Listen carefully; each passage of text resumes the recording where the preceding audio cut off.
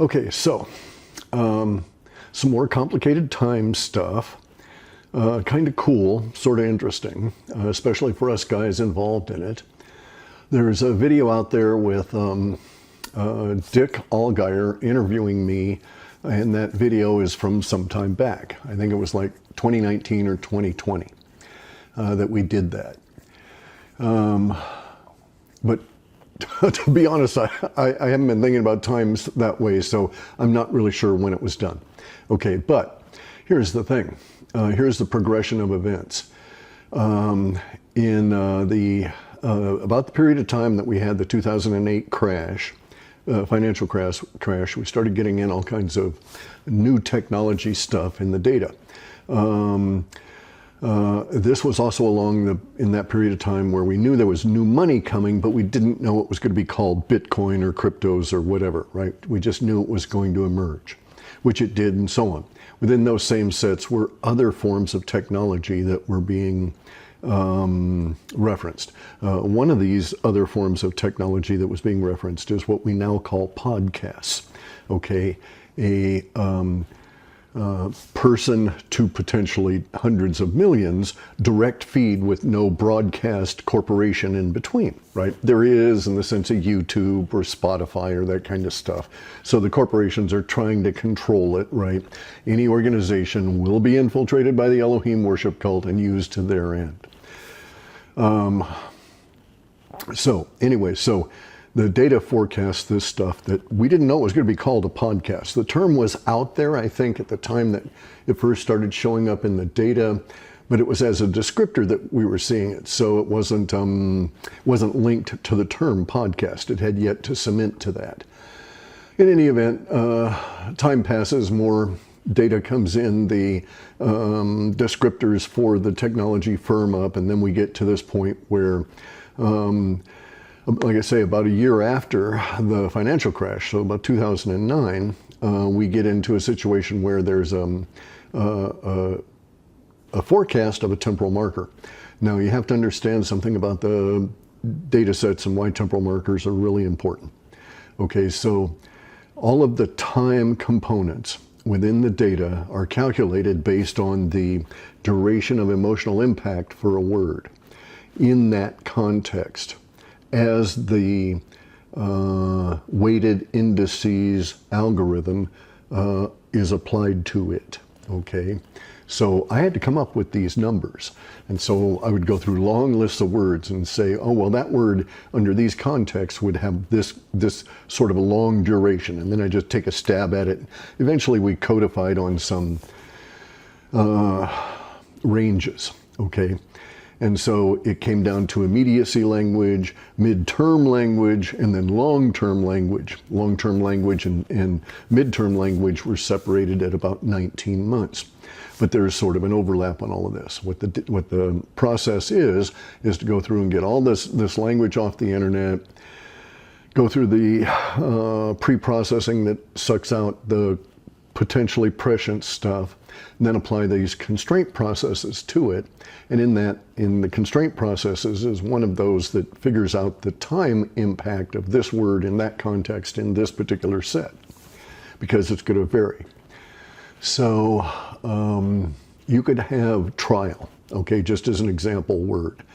You could say, if you had the word trial and you had it associated with by fire, you would say trial by fire. The fact that you have that by fire there shortens its potential impact emotionally, because you're talking about an analog to a real world kind of a thing where you had a trial by fire and you're not sitting your ass around waiting, right? A trial by fire is a quick kind of a thing. Or you could have a legal trial. So if you had legal trial in there, that shit might drag on for decades. So you see that the word itself could have various different temporal connotations at any given point relative to the discussion. You get the idea. This applies to all the descriptors, mainly the verbs, adverbs, adjectives, and then ultimately nouns as descriptors. Okay, so in the data, and so that's All right, so there's two aspects, well, there's actually three aspects, but there's two major primary levels of processing for the data processing stuff I do. One of which is to examine all the words, just as I said, that would ultimately lead to the duration amounts being calculated, summed, averaged, et cetera, right? Then there's also this other aspect of that, and that is the context. Now, I did not write a natural language processing AI the way that chat is, for instance, right? Where you could talk to it in quasi-English. My approach has to do some of that work, but I didn't do it for an interface for me because it wasn't necessary. All right, so the part of the processing is still requires the language part of the processing to identify with and get connected to language that is understood, so to speak, right? It's not understood by the software because I had to put all that shit into the database. It was understood by me at the time that I made these cross connections within the database. But to a certain extent, we humans can think of it as the software processing the context or processing the the data that's been captured to try and achieve an understanding of the context, okay? And then that is applied to the words that are then being summed for the duration. I hope that makes sense. Basically, it's a very sophisticated form of a computer-assisted guessing on time. So, sometimes within the data, occasionally we would get these things I would call temporal markers, where a data set would arise that had cross-links that were extremely strong and very clear, and these cross-links would each have a referential point to something occurring in time. Okay, they wouldn't necessarily give you a day, wouldn't necessarily even give you a year, but it would say, basically it would say, if this occurs, or when this occurs, then that occurs shortly thereafter. Or just before this manifests, look for this, because over here, because this will be manifesting just ahead of that. You could have, reading the data sets and so forth, and looking at the numerics, you could judge the temporal referential relationship between the various different data sets, okay? So, so if a data set popped up and said, you know, a specific thing, like the Costa Concordia, okay? That was a prediction I made that was like 5 or 8 months ahead of time, in which I said there was going to be a blonde on a boat that was going to cause problems and mayhem. It was entitled, little section in the report was entitled "Blondes on Boats." And it happened, okay? A blonde was taken up by a captain on the Costa Concordia cruise ship, and he got to fiddling around with her when he should have been fiddling around with the boat, and falling over. Okay, so we had it. That was a temporal marker because there were things that were connected, especially crypto at that time, within my data processing that said, when the blondes on the boats things happen, this other stuff's going to happen. And so we were able to say, okay, we had like, I think we had 5 or 8 months, I can't remember, lead time on the blondes on boats.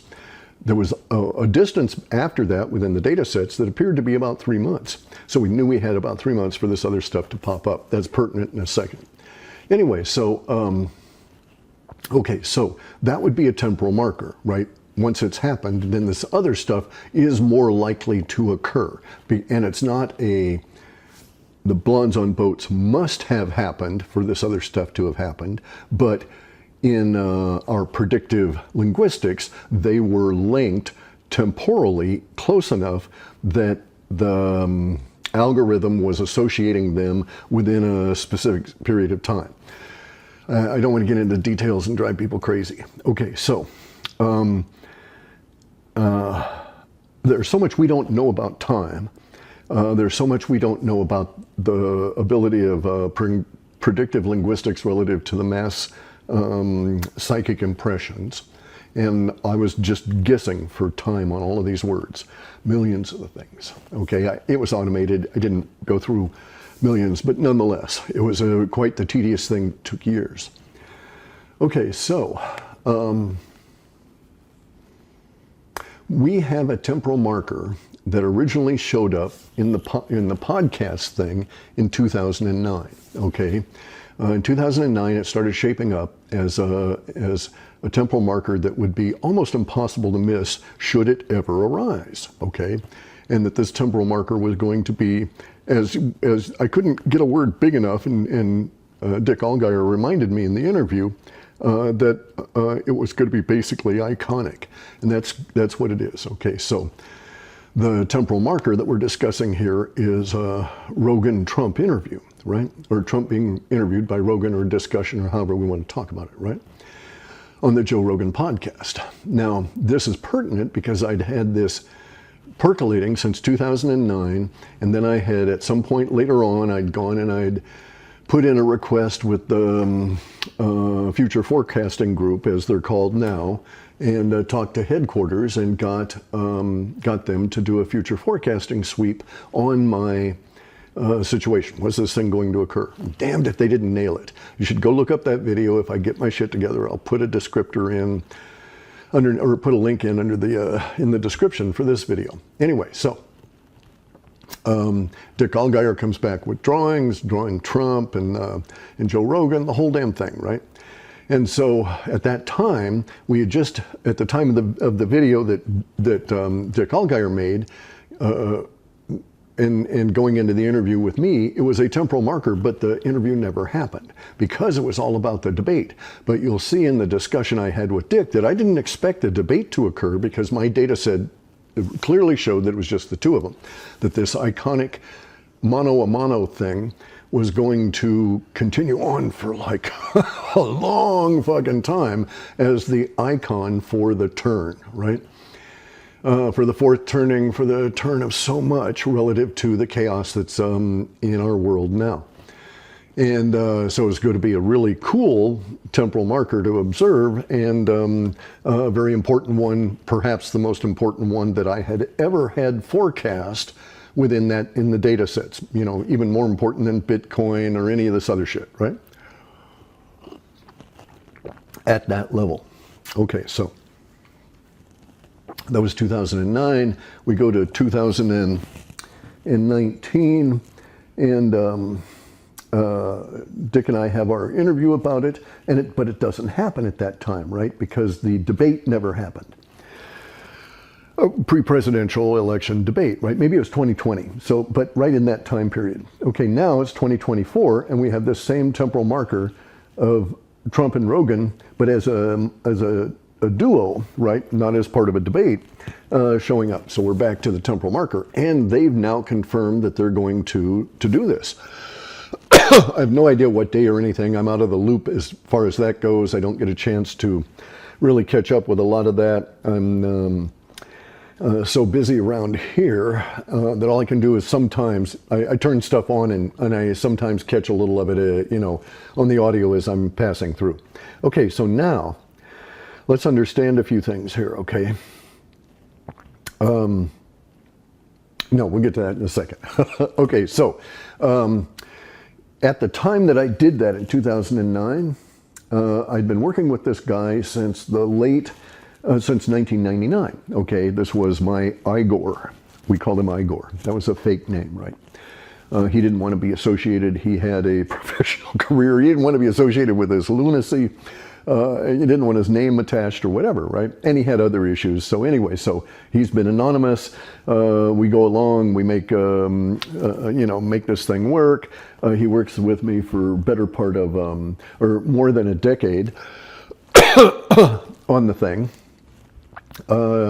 As the data wrangler, right? He was doing a lot of that aspect of it. And I was out writing the code and stuff. Anyway, because of the situation now, okay, so Igor and I parted ways when I had to shut my my process down after the heavy hand of censorship run up into 2017. So around 2012, well, actually around 2002, the censorship started rolling in. I knew this because I was tracking the Department of Defense introduction of the flat Earth meme as a PSYOP in 2002, and I started writing about it, and it got heavy-handed shut down.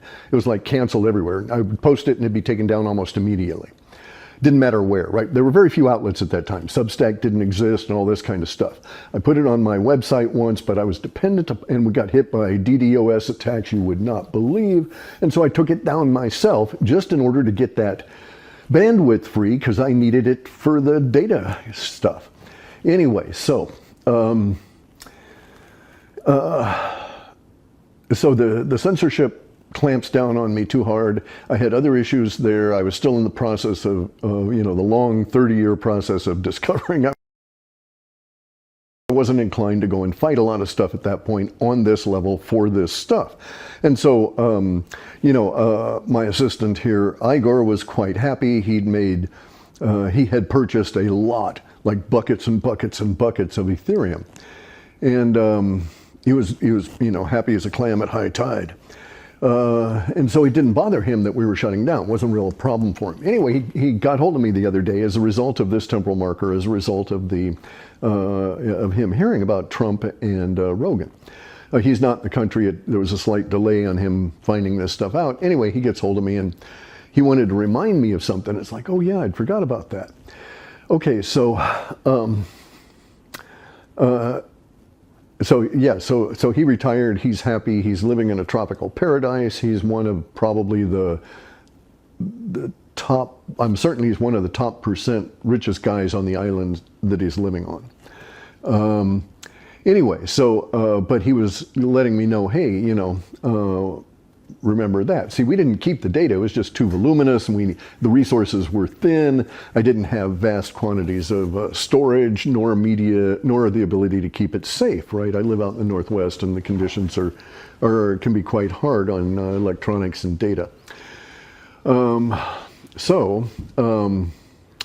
Anyway, he reminded me about this thing, about at the time in 2009, that the temporal marker showed up that is now labeled as the Rogan-Trump interview temporal marker, which is now identifying the time we're in. That was linked to Bitcoin prices and all different kinds of stuff, right, in those data sets going all the way back to 2009. Bear in mind, I think it was 2009 that they released the white paper with Satoshi's name on it. So we didn't even have Bitcoin software or mining or anything at that point. Anyway, though, so in that original temporal marker data set, there was this stuff, and Igor, and the reason it really stuck out in his mind was because he and I fought about it for so much. Well, not fought about it, but argued over how it would have to be interpreted, okay? Because I use a strict denotation, a strict interpretation of a word based on its absolute definition, in terms of correct grammar and so on. So, what we ended up doing was doing it my way. I was paying the freight. But the word was melee, okay, M-E-L-E-E. This is a word that is basically military in origin in terms of its use in the English language. And Igor was in the Air Force. Okay, so I don't mean to laugh, I don't mean to be denigrating about it, but they don't teach history of combat or any of this kind of stuff that I knew of to Air Force non-coms, which is what Igor was. He was a non-commissioned officer. A data integrity specialist, all different kinds of cool stuff. Basically, though, as I understand it, he spent a lot of his time in the Air Force playing poker. Anyway, so melee has a very specific meaning, okay? So a melee is not just a bunch of guys standing up and flinging and fighting, right? So it's not a big knockdown, drag out brawl in a tavern or something. People have put the word to it, but that's not accurate, okay? It is a military term. A melee is when an organized act of warfare, an organized combat activity, degenerates into what we think of as like a basic brawl. Every person for themselves, any weapon at hand, you know, totally disorganized, completely disorganized, last man standing wins kind of thing, right? Or fight your way out to survive kind of thing. A famous melee is Custer's Last Stand, okay, General Asshole Custer. He led an organized troop, and then they made their battle plans and stuff when they were knew they were going to be attacked, and in the end it degenerates down into hand-to-hand fighting with no organization at all, no one able to direct things, okay? And so basically it's that aspect of it that Igor and I were discussing. So first off, note that you convert, or it transitions, a combat action transitions into a melee by the control evaporating. Okay, and everybody's on their own after that, you know, it's okay. So, all right. So it's the control aspect of it that's the issue, okay? We're going to come back to something else in a second. All right, so Igor and I, he wanted to make melee temporally show up over here in terms of its representational, or in terms of its input on our temporal range, okay? In melee, there's a lot of words that basically are describing a condition that existed prior to this word manifesting into our reality, right? So there could be a huge amount of fighting, and then it degenerates into a melee. So you can't say that, you know, the melee part is the beginning of anything. The melee is actually the end. It's the degradation of the fighting, even in large combat, like Navy boats. Melee is a naval term.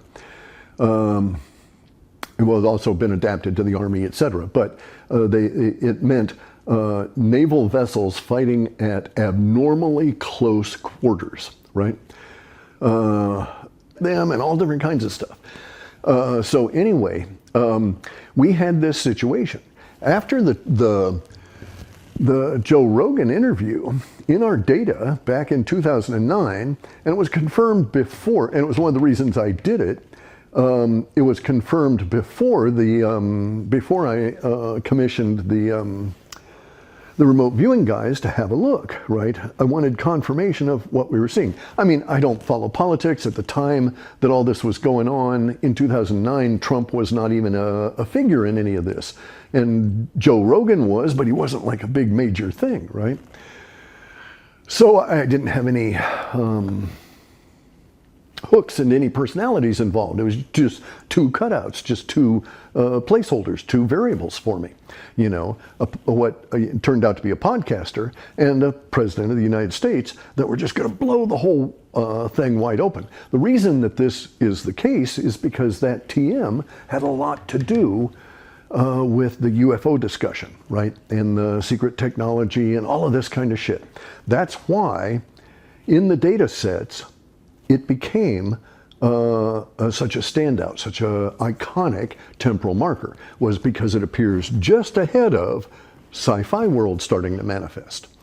And it is such that 100 years from now, people can go back and look at this video, look at the interview itself, and know that that was the absolute threshold being crossed as we move into sci-fi world. Okay, so that's set up aside. So I'm talking with Igor, and he reminded me this, and to be honest, I'd totally spaced on it. But that was the reason that I had contacted Dick Allgaier and his remote viewing guys, was because we'd had that melee thing back in 2009, and in I think probably about 2015, maybe it started really picking up again, and I'll describe that in a second. And so I was prompted to get hold of Dick Allgaier as like sort of a sanity check on what I was seeing. Anyway, and so we had this situation within the data in 2009 that had been reinforced over the years from 2009 through to 2015 that said that 39 days after this TM took place, we would have the big, and this is where Igor and I did our fighting, we would have this visible contention that would dissolve into a melee.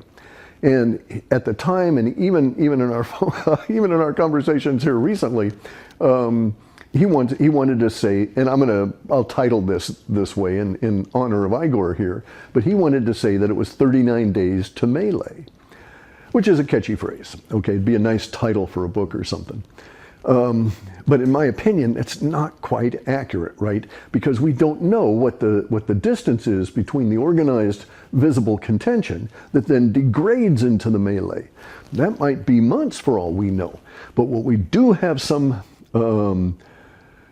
justification for suggesting is that there will be 39 days between the temporal marker of the Trump interview and the appearance of this visible contention. And we're not talking, people taking on migrant gangs that are taking over apartment buildings. That kind of visible contention may well be in there, but the stuff that had been motivating me to get hold of Dick Allgaier was the visible contention between space aliens. Okay, so now we have this temporal marker appearing, but at the time that Dick and I were doing that interview, I knew it would occur, but I honestly, 2019, I wasn't sure I was going to survive, right? I was hopeful that there wouldn't be any more crises, but you just never can tell, right?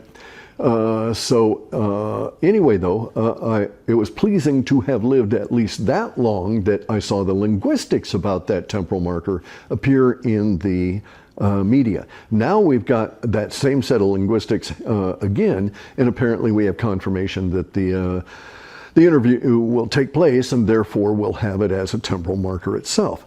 And so that sets going a sort of a timer. Bear in mind what I was telling you about how we get these times, right? It's a software adding up all of this shit based on all these words, and we're constantly wrong to some great degree. And it varies based on the size of the set, the amount of processing it takes, and yada, yada, yada. So it's not like any kind of guaranteed date or anything, right? It is just, I am alluding to the possibility that there's a short period of time between barely over a month between the temporal marker and the visible contention that will appear in the skies that from the descriptors we had back in 2009 will go to the idea of UFO versus UFO and UFO versus jets. Okay, so like sort of very complex kind of Independence Day kind of shit, right? Nobody will know who the hell is doing what with whom. Now, okay, so you think that's unlikely and so on, as do I. All this shit's always unlikely until it happens. Possible, not probable, right? So anyway, now we have a strange thing where there's swarms of 20-foot drones flying around military bases. So unknown. Nobody knows who owns these drones, who's controlling them. At least they're not telling us guys. I would suspect that the military would be freaking out if they can't see the signals that are directing those drones, and those drones are a kvass weapon, where one of the, I won't describe it, but basically you set off a group of drones that don't report back to headquarters until they're all done. Okay, they don't ever say anything back to headquarters at all. All their communications are between the drones. If drone number one that's leading the pack gets taken out just like a flight of geese, then the number two takes over, et cetera, et cetera. That's a particular kind of a design. I worked on something like that in the 70s and implemented it for some software for the Department of Fisheries in the late 80s, okay? And that software ran 25 years without needing servicing, so to speak, and didn't break down because it was redundant, because it had, if the number one computer went down, the number two took over. And they talked to each other intermittently to say, yeah, I'm here, that kind of thing. So everybody knew what was going on. This is pre-internet. Internet came along and it was just cheaper to discard that software and do it in a web-based interface. Anyway, so we now have those kind of drones doing their own, I gotta go get that, hang on a second, doing their own controls. And so it's quite possible we may end up with one of these melees. I'll be back in a minute. It's okay, guys.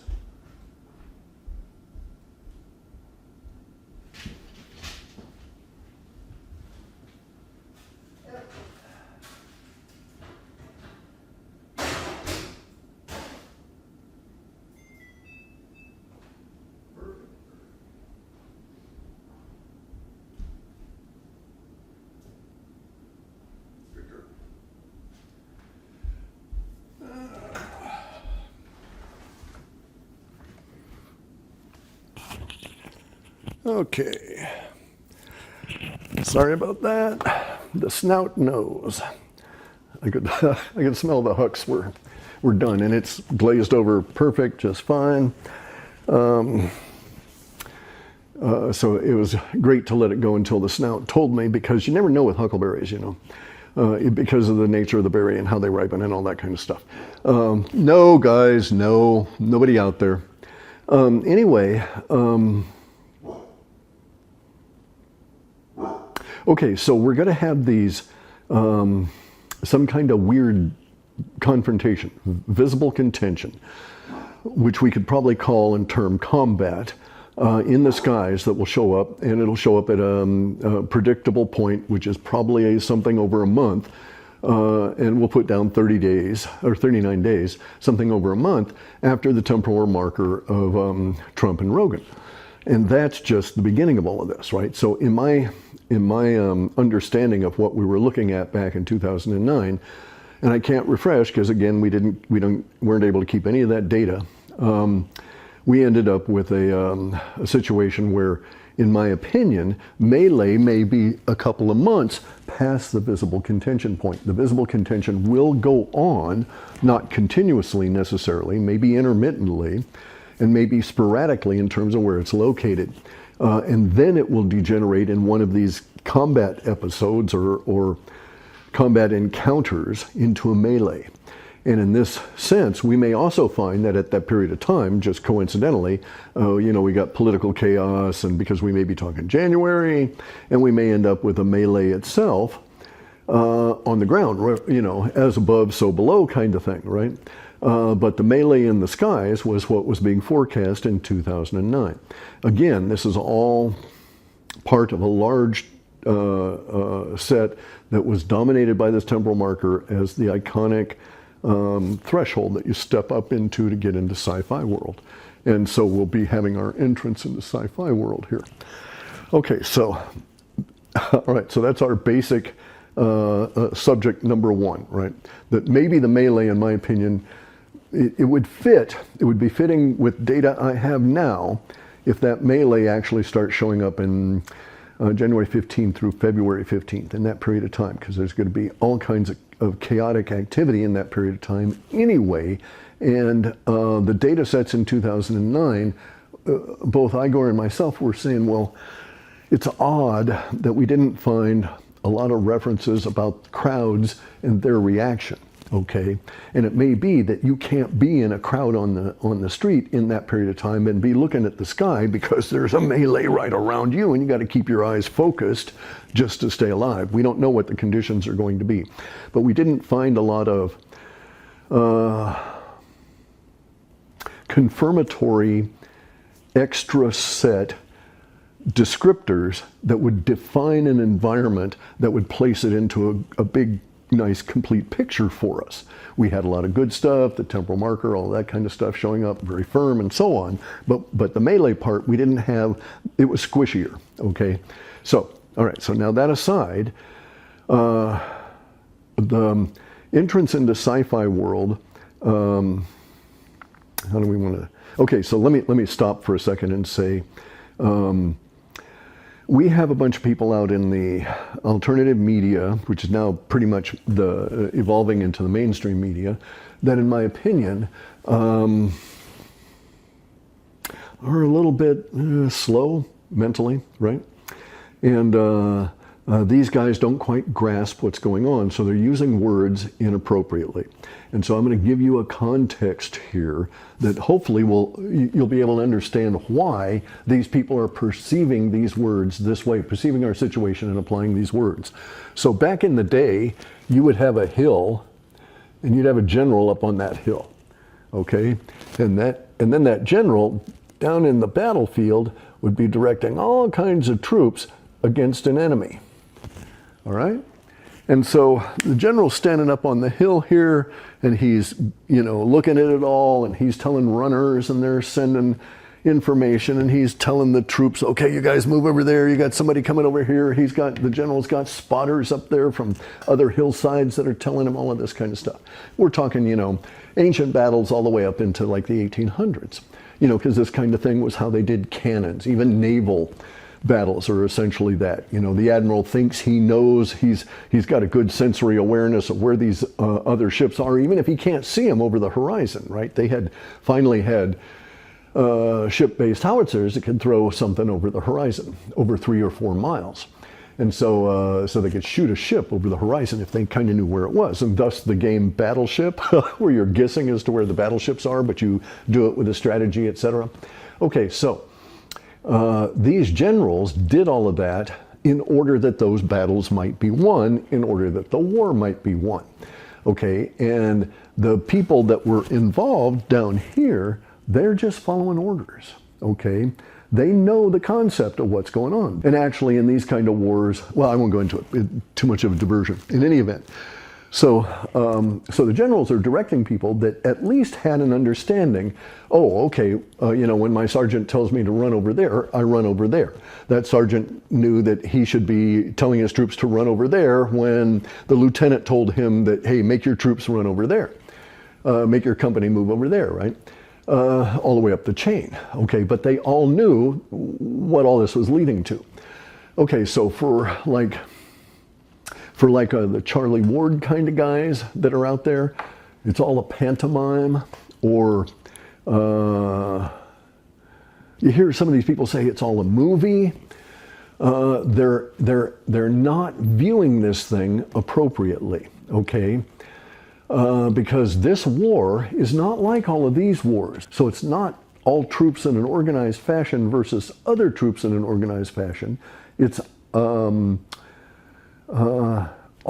ephemeral, and it's all thought and paradigm and words sweeping through the population and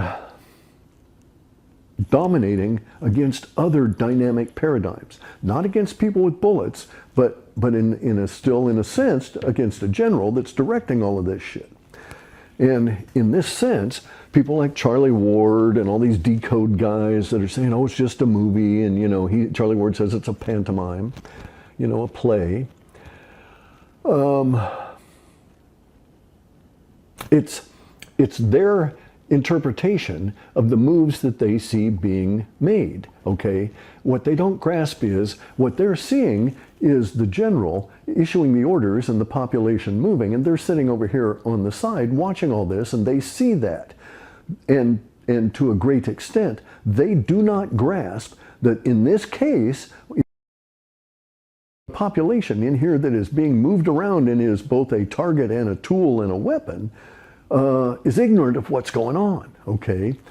That's why all the Q drops had to happen, was to create all the non-coms and all the lieutenants and all the captains and all the majors and all the colonels, such that there could be a disorganized, decentralized, distributed command structure with no overt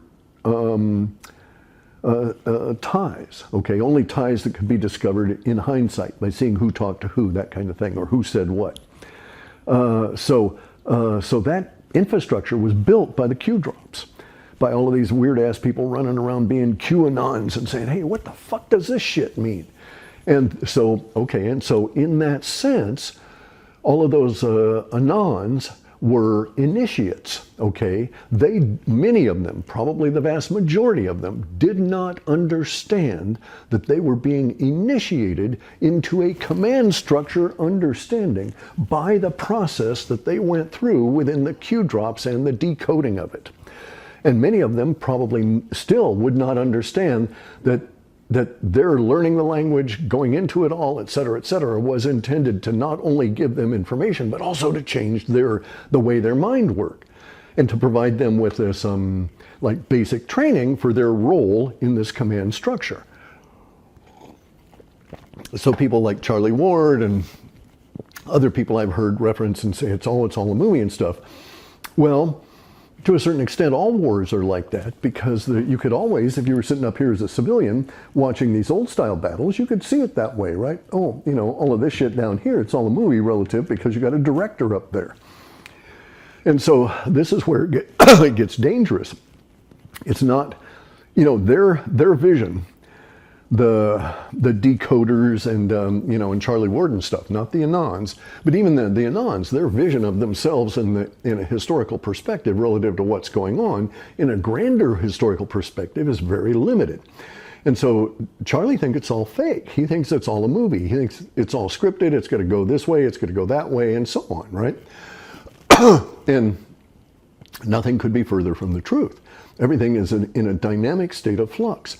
It's actually all quite chaotic, and it's the way in which warfare, as we understand it, or contention, I keep coming back to that, it's not really a war if there's not bankers involved.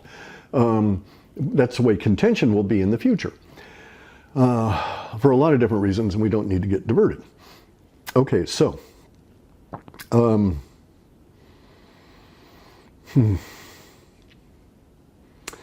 on a second, I'm going to make a quick analysis. Okay, I'll get into this other little bit stuff here real quick. Anyway, so it's not a movie, but it is controlled and directed. There are plans that we could think of as a script, and none of them will ever happen as they are planned. You know, that's a law of war.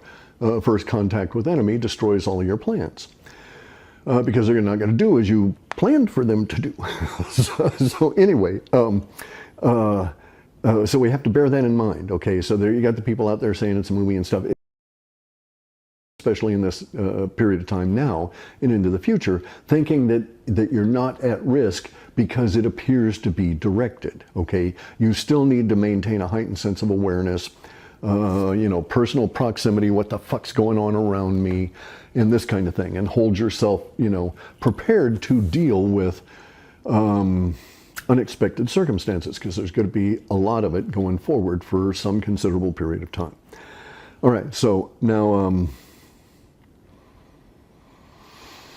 okay, so, all right, let me go. All right, over here is a long list of languages, okay?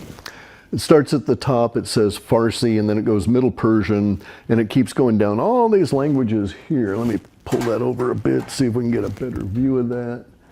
Yeah, a little bit. Middle Persian, you know, back through all the other Persians, back in, finally into Sanskrit, and then Avestan, okay? Then there's a couple of dots there representing 3 or 4 other languages, and then you come back to this other language called Hurrian, H-U-R-R-I-A-N. This is about 5,000 years old, okay? So that's back in the previous descending Dwapara Yuga, okay? The Bronze Age, the previous descending Bronze Age. We're now in the ascending Bronze Age. So Hurrian, okay, so we've got the descending silver, okay, so there's the Golden Age, the last Golden Age. And here's the descending silver, then the descending bronze, then we're into the Kali Yuga, and then we start going up in the ascent again. And so here we have bronze, and then silver. Okay, so we're right here, right down there now, okay? But 5,000 years back, somewhere in that area, in the descending Bronze Age, was a group of people that called themselves, or at least as far as we know, that we now call Hurrian, okay? And we know most of our stuff about Hurrian, not because we have a lot of stuff in that language or about that language, but because we have a lot of reports, or not, I mean, okay, I say a lot. We have some.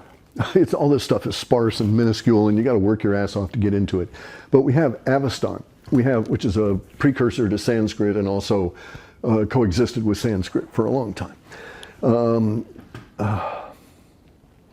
Anyway, and that references some of the Hurrian stuff, okay? And so what I wanted to get into was this concept of the Jadu, all right? Which is, I think, it's where we get the Jedi stuff from. But it's J-A-D-U.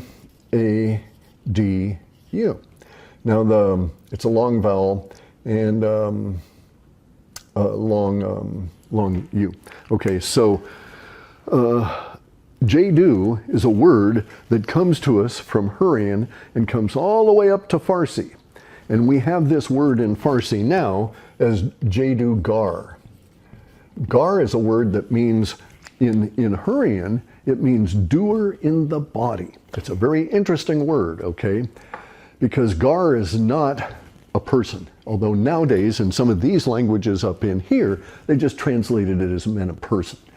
And that was not what the Hurrians meant by that, okay? The Hurrians meant by that, very specifically, local consciousness.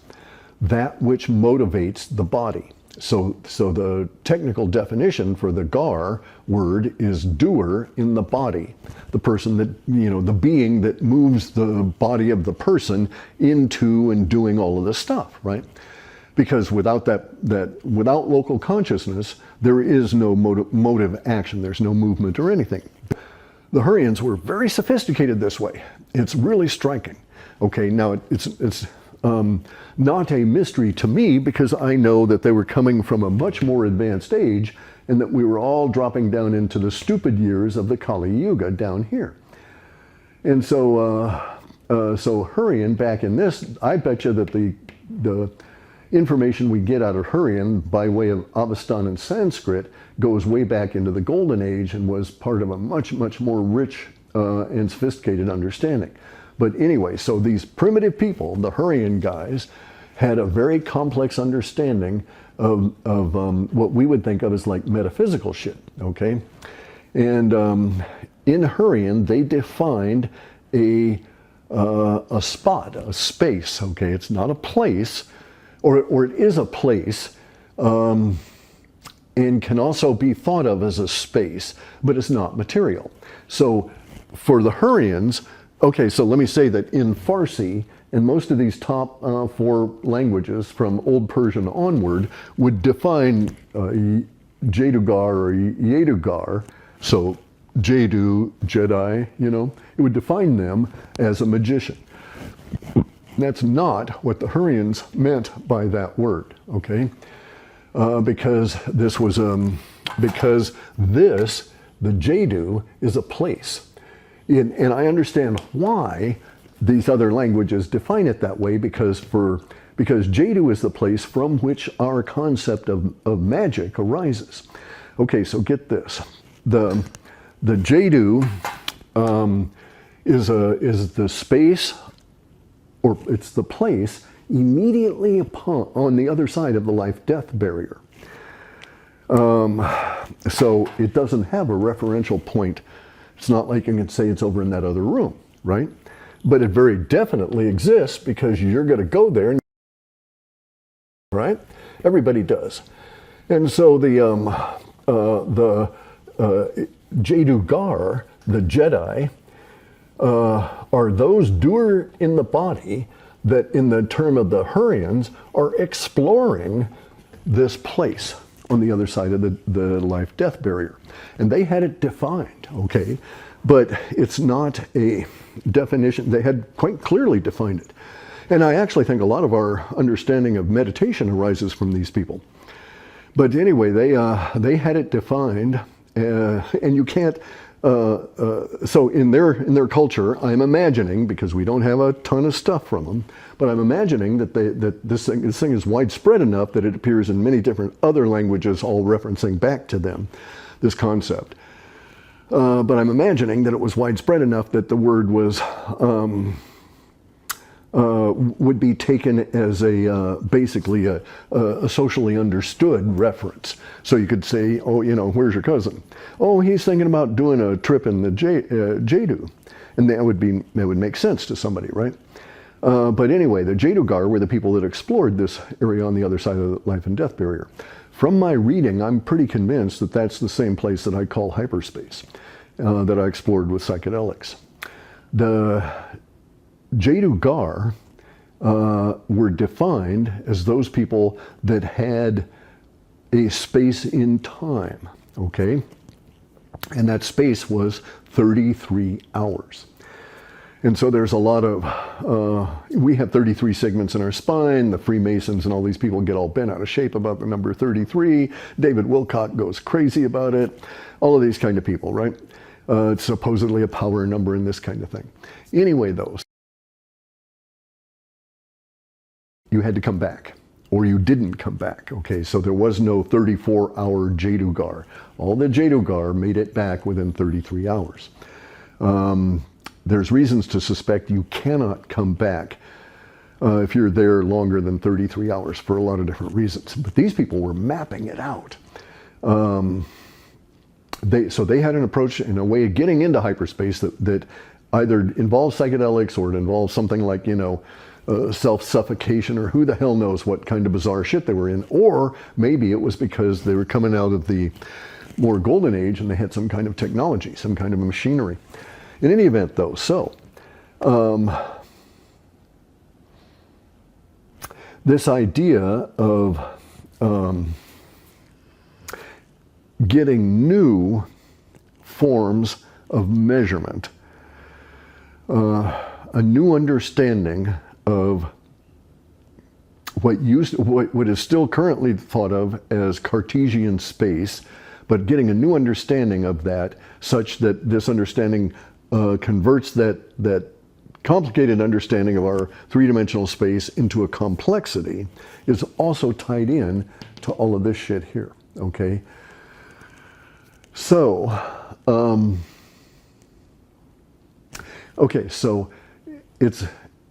I'm making some assumptions, and I'm making some assumptions relative to what I've read about what these people did and what they went through, and the fact that this has a particular language history, and all of this stuff coming up relative to the TM and the Malay with the UFOs, right?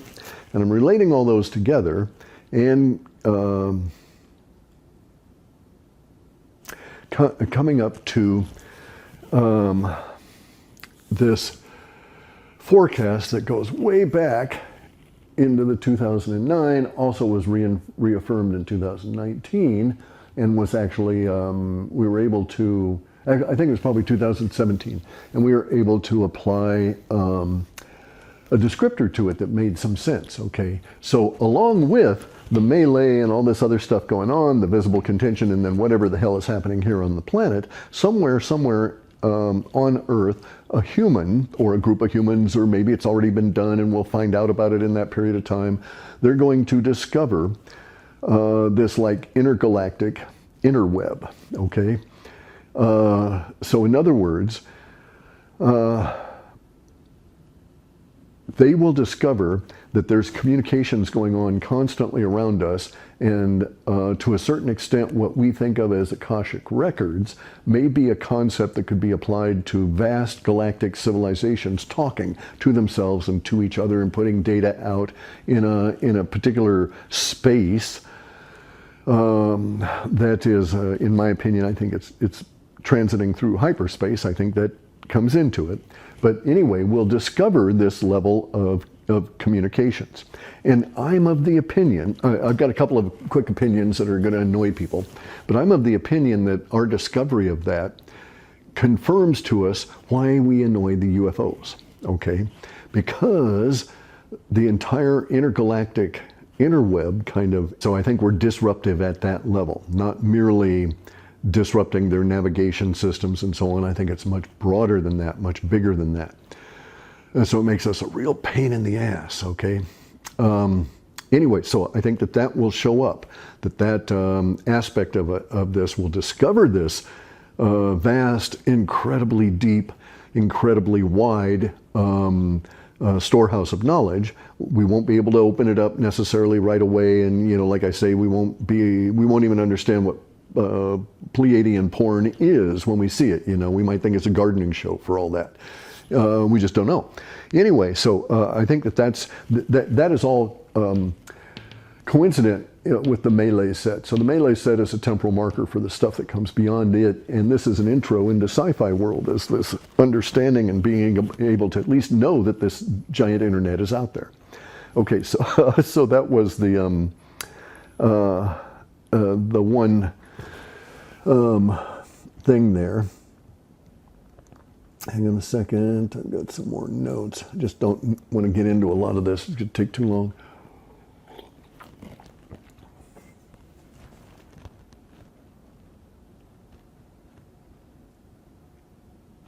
Yeah, I think that's about it. I won't do my bitching and stuff at this point. There's no point to really getting into it. But it's going to be very exciting. Bear in mind you need to keep your proximity alarms ready, you know, ready to go off, that kind of thing. It's going to be quite chaotic for these next while. And also bear in mind that the conditions that create melee all come down to the lack of control. No longer any kind of ability to transmit information from command to the troops in the field, right? So I'm expecting that we may be participating in causing those events. But whose he was, it's up here in this visible contention that then actually creates the melee situation by taking all of the UFOs that are now gathered around here for whatever their purposes are and disconnecting them from their main headquarters inadvertently. So there's a lot of complexity in this, and I'm getting tired, and my pie is still warm, so I'm going to go have some. Anyway, guys, take care. Just wanted to point out how weird time was, especially with temporal markers and stuff. But because of our timing clues, it's much better for us to rely on a temporal marker. And then we could say, oh, a temporal marker is going to show up in 2019, and it doesn't. Instead, it shows up in 2024. But all of those sets that are connected to it also will be showing up in 2024. So that's really the concept to take away from it. Oh, and also, if you're having trouble sleeping, try the Pure Sleep.